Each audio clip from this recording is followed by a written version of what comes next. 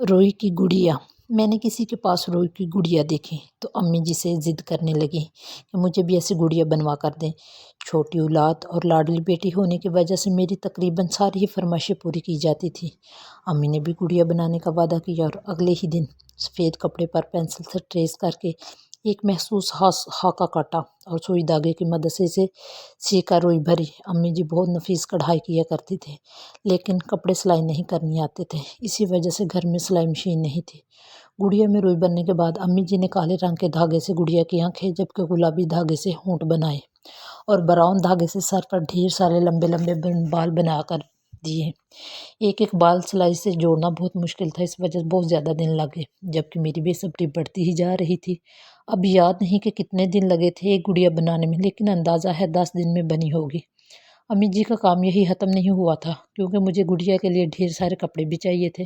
Frock, لہنگے، غرارے، شلارے، فلیپر، فریل فراک، امبریلا فراک، جس کے لیے امی جی وہاں سے ڈھیر ساری قطرے لائیں جہاں سے کپڑے سلائی کرواتی تھی۔ پتہ نہیں کیسے کبھی کپڑے نہ سلائی کرنے والی ماں ایک بہترین ڈیزائنر بن گئی اور رنگ برنگی قطرے بہترین لباس میں تبدیل ہوتی چلی گئی۔ کنٹراسٹ لہنگے، کرتیاں، فراک، شلوار، قمیض۔ امی جیسے ہی سوٹ مکمل کرتی میں گڑیا کا پہلا سوٹ اتار کر نیا والا پہنا دیتی۔ سوٹ اتنے ہو گئے کہ انہیں رکھنے کے لیے سوٹ کیس کی ضرورت محسوس ہونے لگی۔ بس اگلی فرمائش تھی مجھے گڑیا کے لیے ٹرنک منگوا کر دیں۔ اس بار ابو جی کی باری تھی، اس لیے انہوں نے اپنے دوست سے میرے لیے چھوٹا سا ٹرنک بنوایا۔ میری ساری سہیلیاں مجھ سے بہت مرعوب رہا کرتی تھی کیونکہ میری ہر فرمائش پوری ہو جاتی تھی۔ میری گڑیا سے متاثر ہو کر میری سہیلیوں نے بھی اپنی ماں سے ضد کر کے مجھے بھی فاطمہ جیسی گڑیا بنا دیں، کیونکہ گڑیا کے بال اور چہرے پر نازک ہدوحال بنانے میں محنت اور وقت درکار تھا اور میری امی جیسی مہارت بھی اسی لیے فوزیہ کی امی نے اسے ٹیڑھے میڑھے ہونٹ اور آنکھوں والا گنجا گڈا بنا دیا۔ فوزیہ اپنا گڈا لے آتی اور ہم سب سہیلیاں مل کر کھیلا کرتی تھیں۔ ایک دن میری سہیلی بولی فاطمہ ایک ہی کھیل کھیل کر بور ہو گئے ہیں، کیوں نہ ہم اپنے گڈے اور گڑیا کی شادی کر دیں، جسے سن کر میں نے فوراً حامی بھر لی۔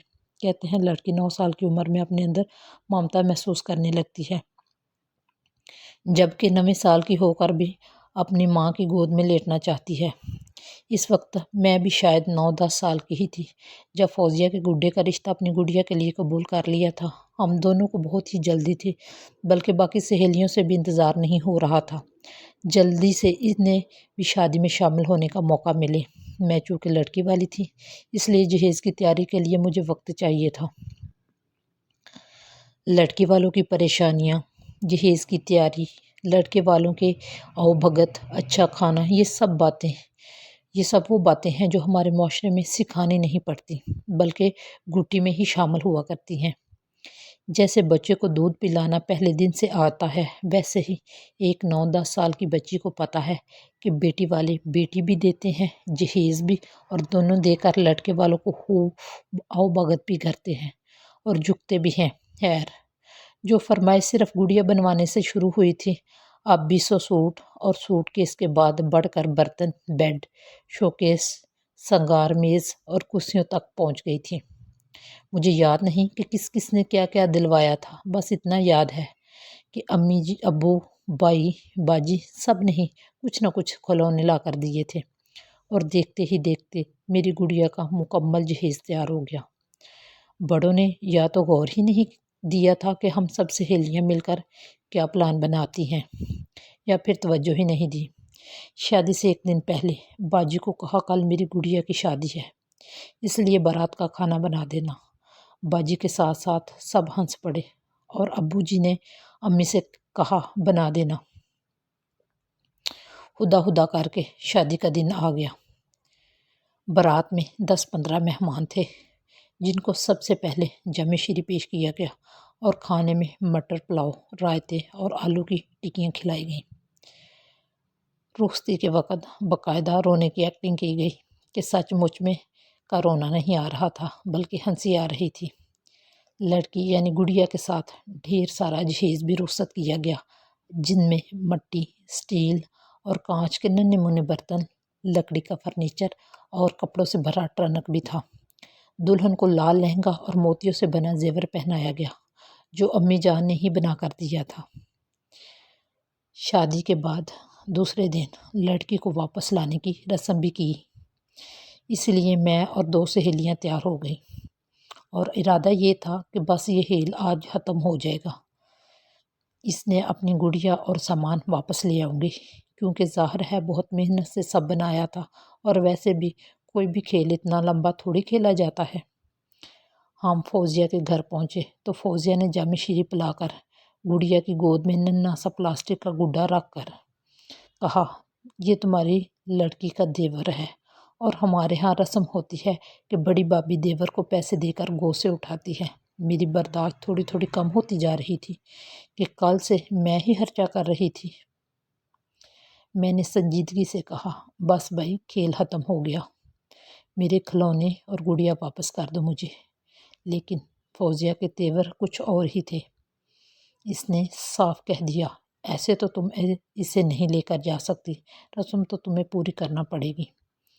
اور مجھے رونا آنے لگا تھا، جبکہ فوزیہ کے اندر میں ذرا بھی نرمی نہیں آ رہی تھی، لہٰذا اسے ہماری کئی سال کی دوستی بھی اپنے ارادے سے باز رکھنے میں ناکام تھی۔ میرے پاس اس وقت 5 روپے تھے، اور تب یہ 5 روپے کافی بڑی رقم ہوا کرتی تھی، کیونکہ 2 روپے خرچی ملا کرتی تھی، یعنی یہ 5 روپے میرے 2.5 دن کی پاکٹ منی تھی۔ مجھے اندازہ ہو چکا تھا کہ مجھے اپنی گڑیا واپس لینی ہے تو 5 روپے کی قربانی دینا پڑے گی۔ چنانچہ نم آنکھوں کے ساتھ میں 5 روپے اپنی سہیلی کے منہ پر مارے اور غصے سے کہا، لاؤ دو میری گڑیا۔ لیکن یہ کیا؟